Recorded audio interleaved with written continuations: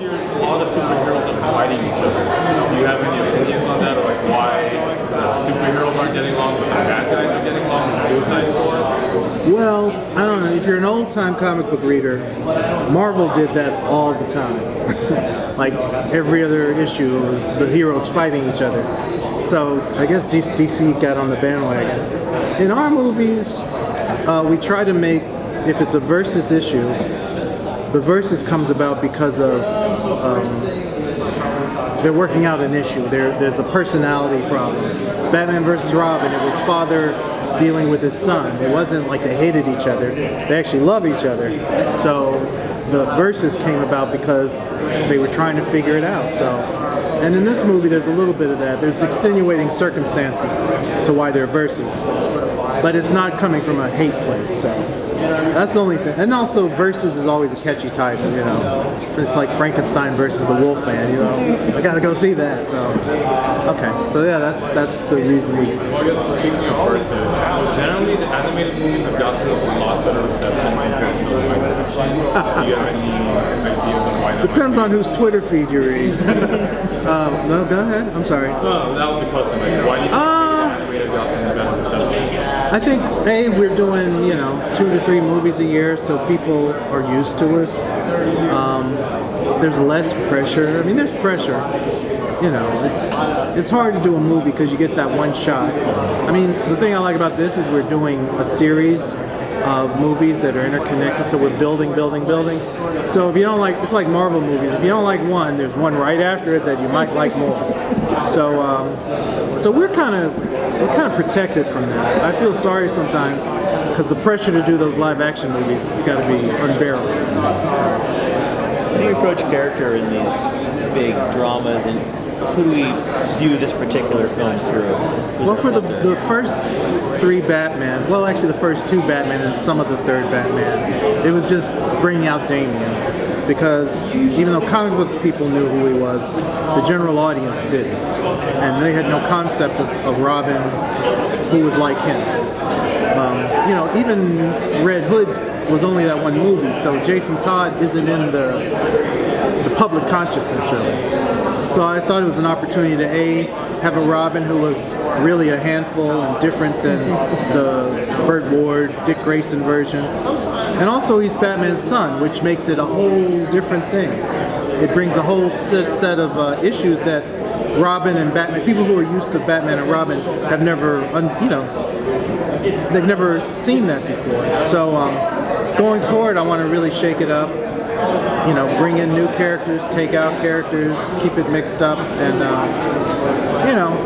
I'm kind of the one responsible for the continuity of things. People just make the movie they make, but I have to keep track of the threads, and sometimes we put in things after the fact because I realize, there's a place here I can call back to an earlier movie to kind of even tighten the continuity more. So, yeah. Did I answer your question? Yeah. To go off that, how do you keep track of the continuity? Is there a secret? How do you keep track of the continuity? Is there a secret to it? It's in my head. Is there a big chart?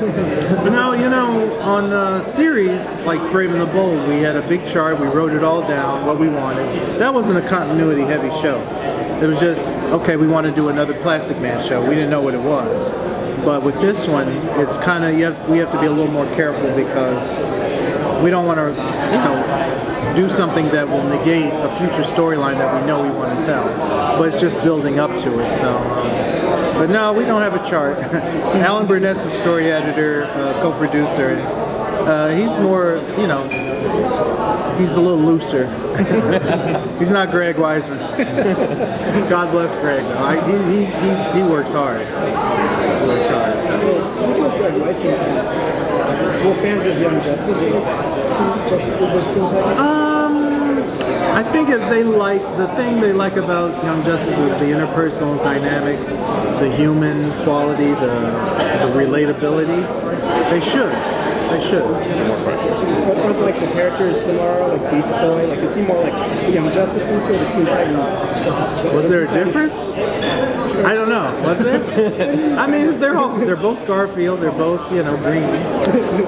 Ours doesn't look quite like a monkey. It's basically the same character. It's not in the same continuity, but I mean, ours isn't angsty or anything. So I mean, it's just the first movie. We have to wait for that. But if it was a series, it might be different. Speaking of continuity, since DC just announced their DC Rebirth, you already have plans for how We used the New 52 to jumpstart our new continuity, but we were never like beholden to New 52 for everything. And in fact, after our first 3 movies, we kind of went. Actually, none of our Batmans were really in New 52 continuity. Son of Batman was before that, and Court of Owls kind of ignored New 52. So I don't. Again, that was kind of just to get the word out. We used their publicity to kind of motivate ours, but we were never we were never just doing New 52. But having said that, I mean, we always, if there's stuff that happened before New 52 that works, I mean, we'll be adapting stories from before New 52. If Rebirth has some stuff going on that feels right, we may do that. So it just depends. I don't like to. I mean, we don't let the comics dictate strictly what we're going to do. That's their job to do their thing, and we do our thing. That's kind of why I like Warner Brothers lets each area do their own, tell their own stories. So.